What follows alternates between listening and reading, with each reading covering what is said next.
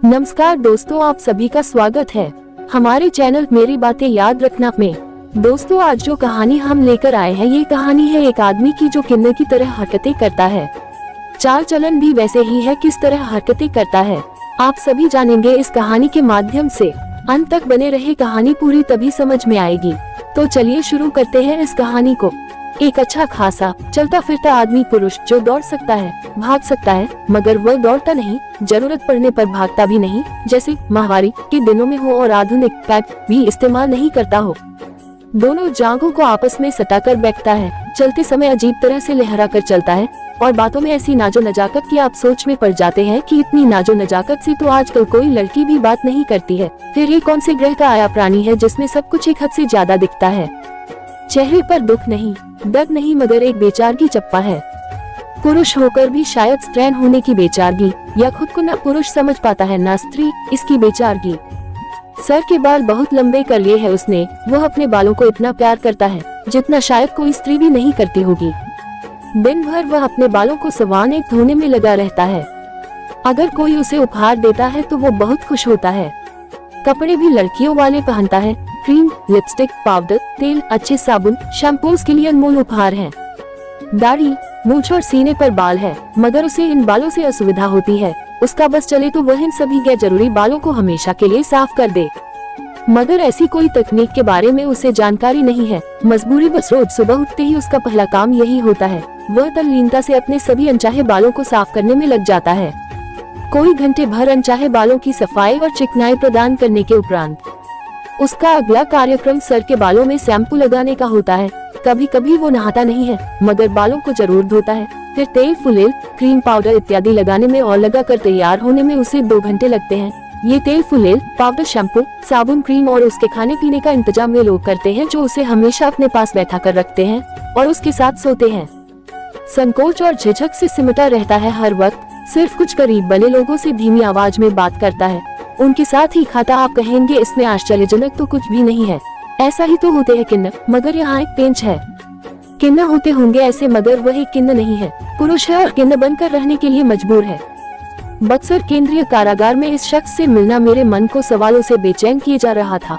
मैं जानना चाहता था कि वो ऐसा क्यों है, यहाँ कैसे पहुँचा है, लेकिन वो मुझे अपने आसपास देखते ही खिसक लेता है, जैसे मेरे चेहरे पर ऐसा कुछ लिखा है जो वह पढ़ लेता है। वह नहीं चाहता कि उसके जीवन की परतें उखड़ी जाएं। मैं भी नहीं चाहता उसे परेशान करना, मगर मेरे मन में तमाम सवाल हैं जो मुझे बेचैन किए हुए हैं। मैं उससे नफरत करता हूँ शायद, पर फिर भी उसमें कुछ है जो मेरे मन में जिज्ञासा उत्पन्न करता है। किसी ने उसे बताया होगा कि मैं लिखने पढ़ने वाला आदमी हूँ, अपनी दुनिया में मस्त रहता हूँ।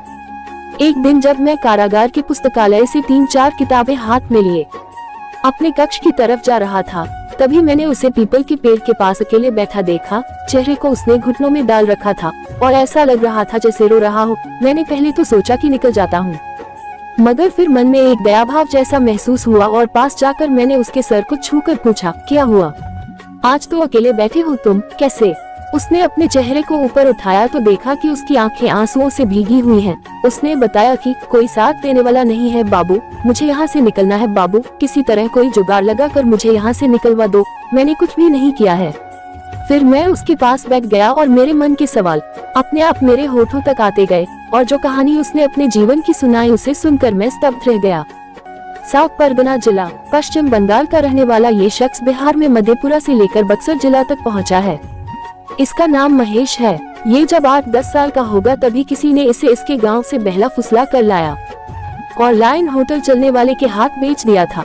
बचपन में वह सुंदर बच्चा रहा होगा, रंग उसका गोरा है और नैनक्स भी सुंदर है, शायद इसलिए ही उसे बेचा गया होगा और खरीदने वाले ने पैसे भी खर्च किया होगा उसे पाने के लिए। लेकिन उस समय से लेकर अभी 36 साल का हो चुका महेश एक हाथ से दूसरे हाथ में बेचा जाता रहा है। जिस तरह की घटनाएं उसके साथ घटी है वह दिल को दहला देने वाली है। एक 8-10 साल के बच्चे को प्रकृति के अनाचार के लिए मजबूर करना और धीरे धीरे उसे इसी कुकृत्य के लिए अभ्यस्त कर देना समाज की कुरूपता को दर्शाता है।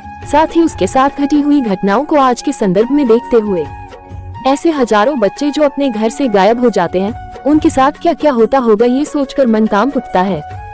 एक बच्चे को ऐसी दुनिया में रखना कि हाथ पैर होते हुए भी उस दुनिया से बाहर उसे कोई और दुनिया नहीं दिखे, उसे एक लड़की से बदलकर लड़कियों वाले हाव भाव अपनाने में कितना समय लगा होगा, कितने पीड़ादायक एहसासों से गुजरना पड़ा होगा। ये सब सोचकर मैं अपने नजरों में ही शर्मिंदा महसूस करने लगा, क्योंकि अभी जब मैंने उससे बात नहीं किया था, मेरे मन में उसके प्रति घृणा का भाव था। मेरे जैसे समाज में ना जाने कितने लोग होंगे जो ऐसे महेशों को देखकर उनसे घृणा करते हैं, उसका मजाक उड़ाते हैं, मगर कोई भी ऐसे लोगों के जीवन में घटी दर्दनाक घटनाओं से परिचित नहीं होता।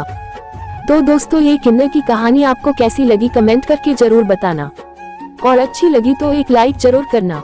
अगर चैनल पर नए मेहमान बनकर आए हैं तो चैनल को सब्सक्राइब जरूर कर लेना। धन्यवाद।